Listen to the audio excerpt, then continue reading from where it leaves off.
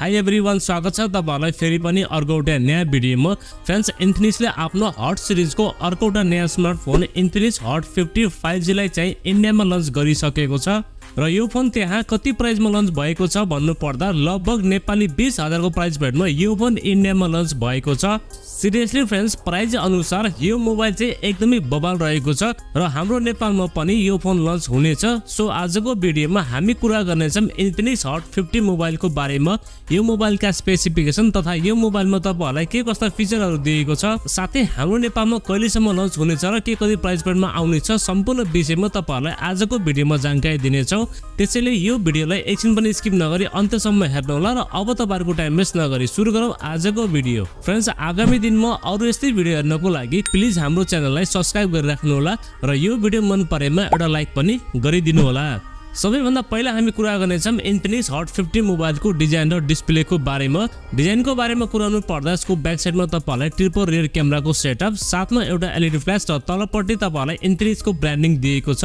त्यसैगरी अगाडिपट्टि तपाईहरुलाई सेन्टर पन्चोल डिस्प्ले दिएको छ र डिस्प्लेमा तपाईहरुलाई ग्लासको प्रोटेक्सन पनि दिएको छ। अनि बिल्ड क्वालिटीको बारेमा कुराउनु पर्दा ओभरअल यो मोबाइल प्लास्टिक बिल्डको साथमा लन्च भएको छ र यसको फ्रेम पनि प्लास्टिकको रहेको छ। फ्रेन्ड्स, प्राइजिङ अनुसार मोबाइलको बिल्ड क्वालिटी र डिजाइन चाहिँ एकदमै राम्रो रहेको छ। अब हामी कुरा गरौँ मोबाइलको डिस्प्लेको बारेमा। तपाईहरुलाई यो मोबाइलमा 6.7 इन्चको HD+ IPS LCD प्यानल दिएको छ। साथमा तपाईहरुलाई यो डिस्प्लेमा 120 हर्ट्ज को फास्ट रिफ्रेश रेट पनि दिएको छ। ओभरअलमा डिस्प्लेको बारेमा कुराउनु पर्दा डिस्प्लेको क्वालिटी प्राइस अनुसार एकदमै राम्रो छ, तर अलिकति यसमा फुल HD+ को रेजोल्युसन दिएको भए अझ राम्रो हुने थियो। अब परफर्मेन्सको बारेमा कुराउनु पर्दा यो मोबाइल MediaTek Dimensity 6300 चिपसेटको साथमा लन्च भएको छ, जुन चाहिँ 6 नैनोमिटर बनेको चिपसेट हो। साथमा तपाईलाई यो मोबाइलमा LPDDR4S को RAM टाइप र UFS 2.2 को स्टोरेज टाइप दिएको छ, यानी कि तपाईलाई यो मोबाइलमा रिटेनर स्पिड पनि एकदमै राम्रो पाउनुहुनेछ। ओभरअलमा परफर्मेन्सको बारेमा कुराउनु पर्दा डे टु डे युजको लागि र गेमिङको लागि तपाईलाई यो मोबाइलमा कुनै पनि शिकायत आउने छैन र सफ्टवेयर तपाईलाई यो मोबाइलमा out of the box Android 14 दिएको छ, जुन चाहिँ XOS मा रन गर्दछ, जसमा सफ्टवेयर एक्सपिरियन्स पनि तपाईलाई यो मोबाइलमा ठिकठाकै पाउनुहुनेछ। अब हामी कुरा गरौँ क्यामेराको बारेमा। तपाईहरुलाई यो मोबाइलमा 48 मेगापिक्सलको प्राइमेरी सेन्सर, 2 मेगापिक्सलको डेप्थ सेन्सर र अर्को भने एक्सिलरी लेन्स दिएको छ। सेल्फी क्यामेरामा तपाईहरुलाई 8 मेगापिक्सलको सेल्फी क्यामेरा सेन्सर दिएको छ। भिडियो रेकर्डिङको बारेमा कुराउनु पर्दा प्राइमेरी क्यामेराबाट तपाईहरुलाई 2K 30fps सम्म चाहिँ भिडियो सुट गर्न सक्नुहुनेछ।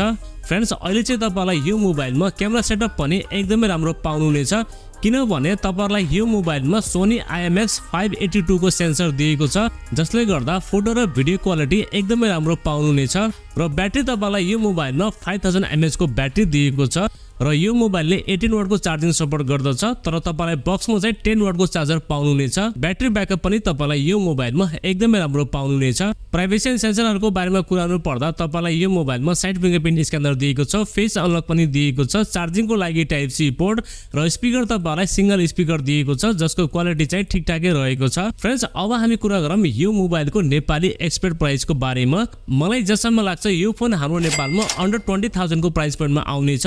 यदि यो प्राइस पोइन्टमा आउँछ भने फ्रेन्ड्स, गेमिङको लागि चाहिँ यो फोन एकदमै बबाल हुनेवाला छ। ल त साथीहरु, यति नै थियो आजको भिडियो। आजको भिडियो तपाईलाई कस्तो लाग्यो र यो भिडियो मन परेमा एउटा लाइक पनि गरिदिनु होला। यदि नयाँ साथीहरुले हाम्रो च्यानललाई पहिलोपटक हेर्दै हुन्छ भने प्लिज हाम्रो च्यानललाई सब्स्क्राइब गरिराख्नु होला। अर्को भिडियोमा भेट्ने भाषा गर्दै आजलाई बिदा लिन्छु। हवस्, धन्यवाद। जय नेपाल।